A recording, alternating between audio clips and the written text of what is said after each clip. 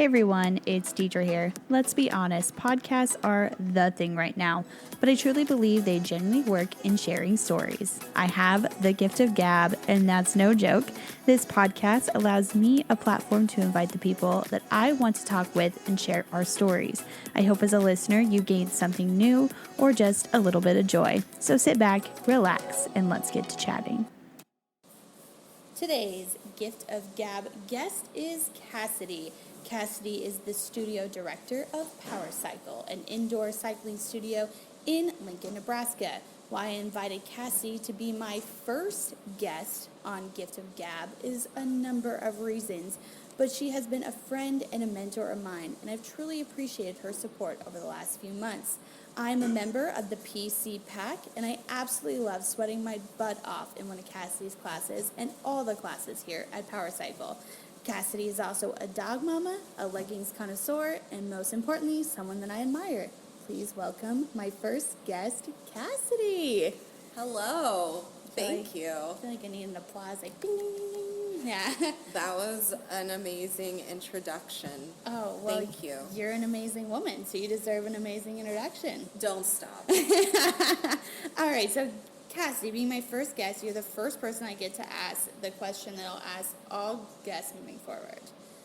What are you currently watching on TV at this very moment, and why? Right now, I am re-watching the Marvel movies.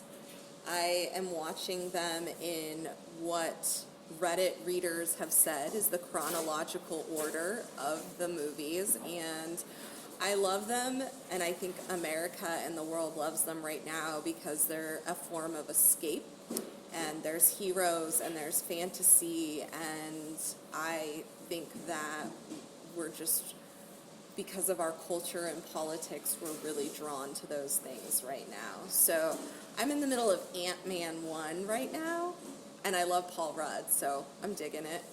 Fact, I've never seen a Marvel movie. What? Like, I've seen Iron Man. Well, then you've seen a Marvel movie. Well, I mean, but, like, that's it. I haven't. Marvel. I would say I loved Avengers Endgame that just came out. If I had to narrow down to my favorite Avenger, that would be pretty tough. Thor, what's not to love? Ant-Man, Black Panther. Are you basing that on the movie or the guys that are playing them? Because, I mean, Chris Hemsworth, I would watch a movie with him any day. It's definitely a little bit of both. The actor brings the comic character to life. Awesome. Well, I'll have to... It's one of the things on my list.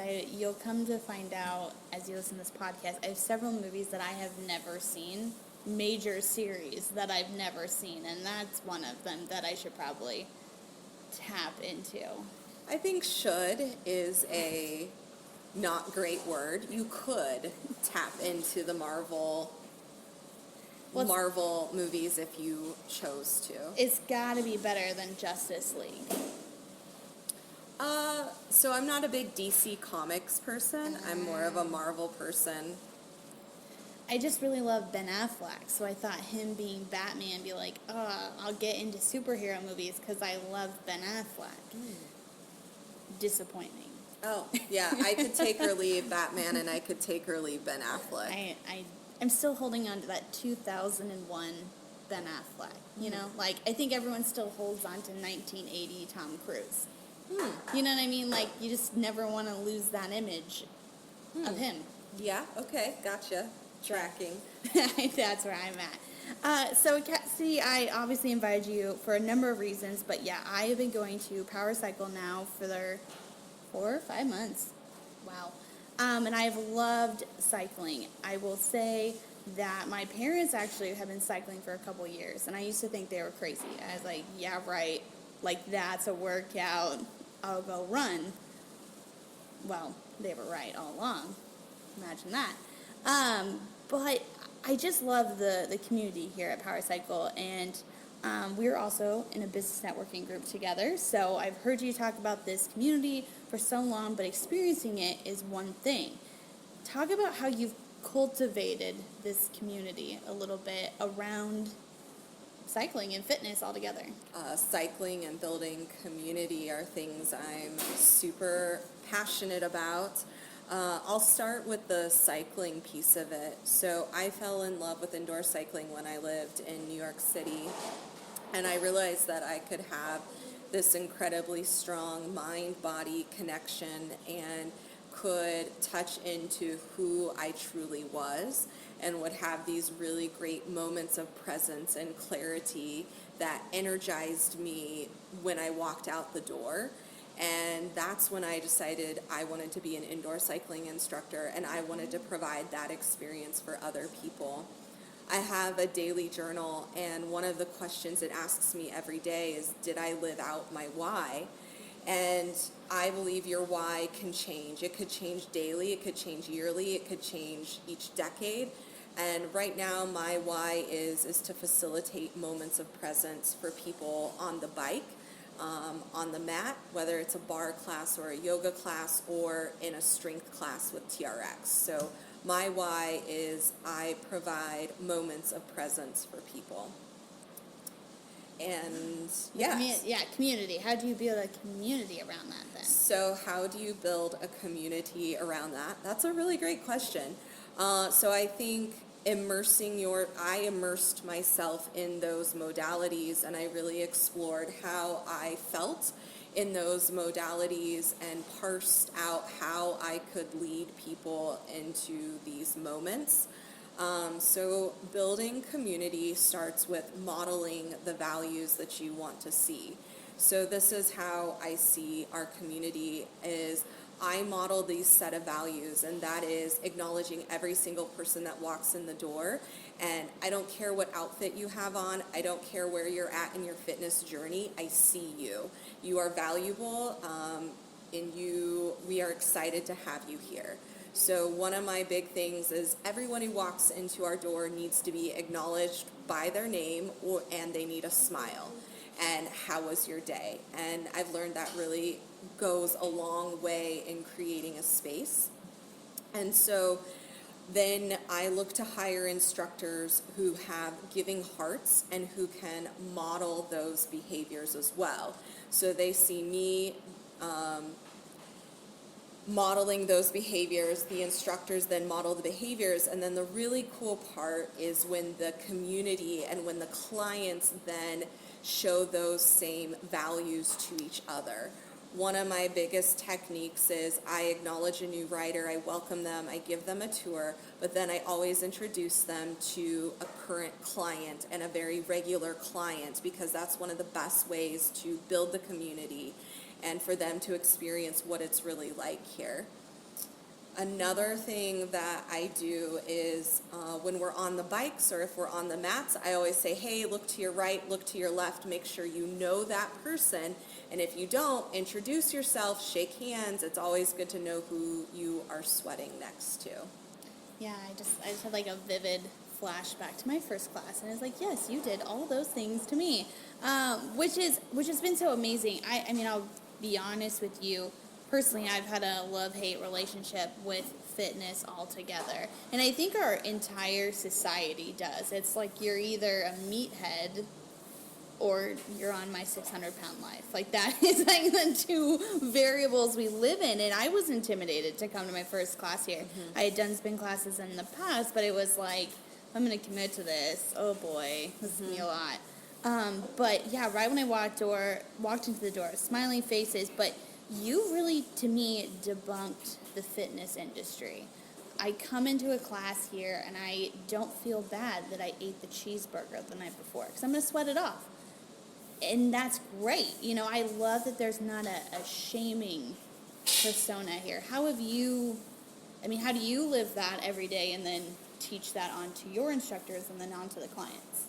Yeah, so you talked about the fitness industry and debunking it. I think one of the main philosophies in the fitness industry is no pain, no gain, and I definitely do not subscribe to that. We all have narratives in our head. So a narrative, a story, our thoughts, a script, something that's running through our heads. And so flashback to me in high school, And I had this coach, this basketball coach, and I remember his name, Mr. Woodhead, and he would make us run sprints, like wind sprints, where you have to touch the line back and forth, Oh, yeah. And I remember feeling my body, feeling out of breath, and feeling my heart rate, and feeling my pulse, and feeling like those were signs that I wasn't in good shape, and feeling shame around that feeling and those sensations.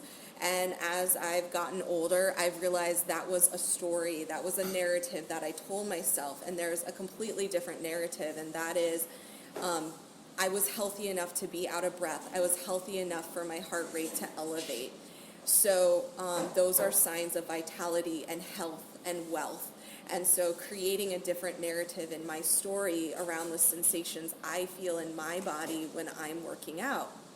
And then helping people understand those sensations that are going on in their body and actually welcoming them into their body and be like, oh, hey, my legs are burning. That's cool. That's interesting. And I try to foster an attitude of curiosity around the sensations that we feel in our body and being like, what if you did step it up another level, or what if you took another turn of resistance? So all in the way that you cue it. And I think it all starts with me and how I take care of myself, how I love myself, and how I work out. That's where it all starts. It's like I've got to live and breathe that philosophy on my own to be able to share it with the community. That was beautiful. That was beautiful. Oh, well, thank you. Well, because it's good to hear that you practice what you preach, and I think a lot of people, especially in your industry, do that because it's definitely a visual that when I'm sitting in the class and I see you up on the stage doing the workout with me, yeah, it's definitely, and when you say, like, I'm breathless too, we can hear it in your mic, like, it's a, hey, she's just like us. I love that as a writer myself, and it's cool to see that you practice what you preach, which I absolutely love that. One of my questions I wanted to ask you was, what is one of your favorite style classes to teach, and why? Like, why the way, yeah, explain that. Yeah, I think about this question all the time if someone were to ask me this, because I am a certified yoga instructor. I teach bar, TRX, I'm a personal trainer, and then I teach indoor cycling. And I've taught every modality under the sun, from kickboxing to, like a choreographed strength class. And I just really shine at indoor cycling. Just give me a 50-minute ride, beat-based, drill-focused. That's my expertise, and I think that's where I'm my best self. With some killer mashups. Yeah, I love music. I've always had this weird musicality growing up. I would make mixed CDs. Well, started with mixed tapes, and then it became mixed CDs. And I remember, like, hearing the CD and being like, oh, those songs are out of order. I need to remake the whole CD because track 2 should really be track 5. Track 7 should be 2. So, like, I was already building playlists, like at 13, 14, 15 years old. Nice. Do you have like a favorite cycling song? Because I've noticed a few of the instructors here have that like go-to cycling song that's in a couple of their classes. Do you have like a go-to one? I don't know that I have a go-to song. I have go-to artists. Okay. And they're pretty different. One is Pink. I could have guessed. That was my Yeah. guess. I listened to her new album and I was just like crying. And then Tom Petty. Tom Petty is a big go-to for me. I've been really into Led Zeppelin lately. I know, wild. So I have more like go-to artists. I was surprised that Freddie Mercury wasn't on that list. Oh, yes, Freddie Mercury, absolutely. Queen, how could I forget that? Yeah. Yeah, no. You've had some Queen songs in there, they're like, oh, this is so great. And then you're like, take that next turn. I'm like, oh, Freddie, why are you doing this to me? Like, it goes so long.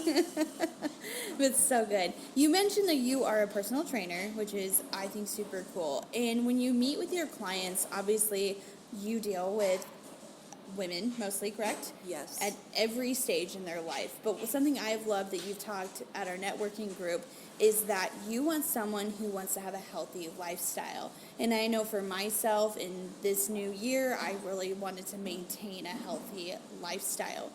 When you meet with your clients, talk about maybe the process of how do you help them realize that, hey, they're probably better off than they normally are. Because I feel like when people come to a personal trainer, they're already like, oh, I'm out of shape, or oh, I'm fat, or whatever. How do you just get to the root of the kind of the problem with that? Yeah, that's a really, really interesting question, and I have come to the realization, as most business owners or people, entrepreneurs or people in business realize, is that you are not every client is a great fit. And someone once told me, I don't really view you in the fitness industry, I view you more in the confidence industry. And so I like to describe myself as a confidence coach. And I help people establish more confidence in themselves through physical activity and through encouraging them and seeing their greatness and seeing these really amazing seeds that are inside of them, and then calling those seeds to life. And so my ideal client is someone who is looking to lead an all-around healthier lifestyle, from their work habits to their home life to their eating habits to how they approach their fitness, even to their sleep. So I'm not the best fit for someone who wants to look hot in their wedding dress in 6 months, or someone who has a big event that they're preparing for. Sure, we can get you there, but we're probably not the best fit. I'm looking for people who want to feel good in their skin, who no matter what room they walk into, they want to feel confident in who they are and how they move around the room. You need to write a book. You're beautiful. This is great. But you made a really good point, eating. I feel like that when it comes to fitness, yeah, eating is the next thing that comes with it. Talk a little bit about these. I call them fad diets. They're probably not fads. They probably are sticking around for a hot minute. So more like the Whole30s, the keto, all that. Like, first of all, have you done any of them? Mm-hmm. And then how would someone start that? Or what do you recommend? Just talk about diets. Sure. So this is a really, really interesting topic at this point in time in the wellness industry. There's something that's gaining a lot of momentum, and that is called intuitive eating. Intuitive eating is listening to your body, and there's a lot of intuitive eating coaches out there. So these diets that you talk about, like keto, Whole30, Weight Watchers, shakes, you name it, they're part of a diet culture. And they can become a part of our programming they are a part of our programming from a very, very young age. And we get that information from advertising, the messages around us, our parents, our family members, our friends. We get all these messages about diet and eating, and it's all part of the diet culture. And so intuitive eating is trying to break away from that and listen to your body and see what sits best with your body. So I actually am a big advocate for the Whole30 because it's whole foods. And I like it because it can address some emotional issues and your relationship with food. I've done the Whole30 a couple of times, and what I discovered is there are certain social situations that I do not like to drink in. And I had been drinking in those situations because of peer pressure. And so I got that knowledge and that information from doing the Whole30. The Whole30 is a whole marketing machine in and of itself. And it provided me a really great jumping off point to understand how good my body can feel when I fuel it with whole foods. And I discover things like, oh, dairy doesn't make me feel great. Sugar makes me cranky and my joints are creaky. And, alcohol, I learned something great about wine, like there's sulfates in wine. And I'm like, why do I always get a headache when I drink wine? And that was why. So that particular plan of eating provided me with a lot of information that I can then utilize as I incorporate intuitive eating into my life. Wow, that's awesome. So, diet culture is all around us, and I think it has a way of shaming us and making us feel bad. And we label things like cheat day, treat day, binging, I wasn't good, I was bad, and we put all these labels on these things, and these labels don't empower us to make better decisions. And so I think like reworking the way we think about things, like a piece of pizza. I'm going to have a piece of pizza and I'm going to effing love it. And, saying, yeah, this is perhaps less healthy for me, and that's okay, and enjoying it. I've never heard of that perspective.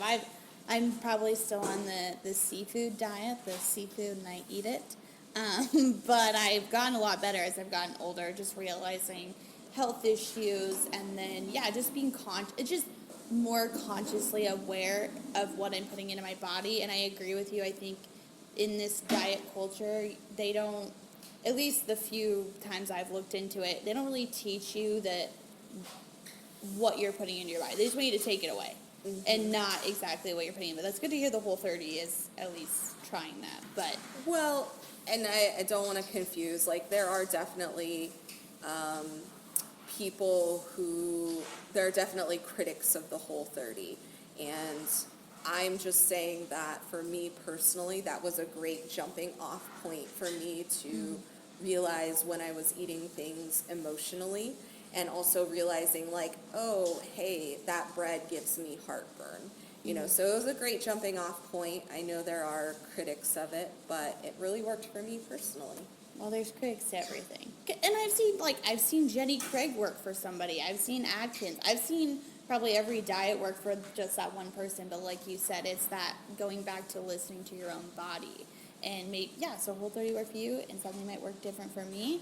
But at the end of the day, it has to go hand in hand with, like you said earlier, your lifestyle. You may eat great, but if you're not sleeping great, well, like you're losing a battle already. So that's great that you are teaching your clients to not realize only what they're eating, but what they're sleeping, what their stress, everything, which I think is fantastic. And so here's the $1 million question for, this young girl like me, I'm not even a girl, young woman, who's trying to hustle, do it all, how do I maintain this healthy lifestyle? Wow. I know, right? That's a big question. So I do believe food and how you fuel your body has such a large impact on all those other areas of health and wellness, from your workout to your sleep to your stress levels to your mental clarity. So I would say if someone was like, hey, I want to get in shape, and this goes for when I onboard personal training clients, the first thing that needs to be in step and established is a really healthy eating plan. And there's a lot of great options for eating whole foods. Oftentimes people say stay on the outer edges of the grocery store. That's not untrue. I have like quick fix hacks of how to eat healthy foods. So I think the first step would be exploring and setting the foundation with eating whole foods. And then, of course, adding in exercise. And then the next component for me would be meditation, having a personal daily meditation practice. And oftentimes people say, well, I've tried meditating and I'm not good at it. And the point is not to be good at meditation. The point is to experience it, and whatever happens in that time happens in that time. So, yeah. No, you had a great meditation workshop a couple months back, and I was definitely one of those people. I was like, all right, I'm just going to sit here and twiddle my thumbs, and hopefully I'm meditating. But actually, no, I think you made a good point in your presentation that it only starts with just maybe a minute, and the minute will grow. And I try to meditate more for myself in just high stressful situations. But yeah, you definitely gave me the tools to do that, which was awesome. So that's really great that you did that for your clients. So awesome. Well, Cassidy, thank you so much for being my first guest. My heart is fluttering with excitement. This has been great. Well, thank you for having me, and I think the world of you. You are my favorite millennial, my favorite new graduate, and there are so many wonderful things inside of you. Thank you. But before we go, how can people find you about Power Cycle, your awesome persona that you give off? Like, tell me how people can find you. Yeah, so you can find me on Instagram. I am at CVP Life. That's probably the best way to connect with me. I'm on Facebook too, Cassidy Vineyard Pflanz. You can check out Power Cycle, powercyclestudio.com. That's a great way. Also, you can check out our Instagram, Power Cycle Studio again. I do coach instructors and help them build their persona, their in-person persona and personality. So that's another way you can connect with me. Yay, awesome. Well, thanks again, Cassidy. This podcast was produced and created by Deidre M. Stevens. Follow Deidre on social media. Check out the exclusive Gift of Gab with Deidre Facebook page. And see her day-to-day life on Instagram at Miss Deidre S.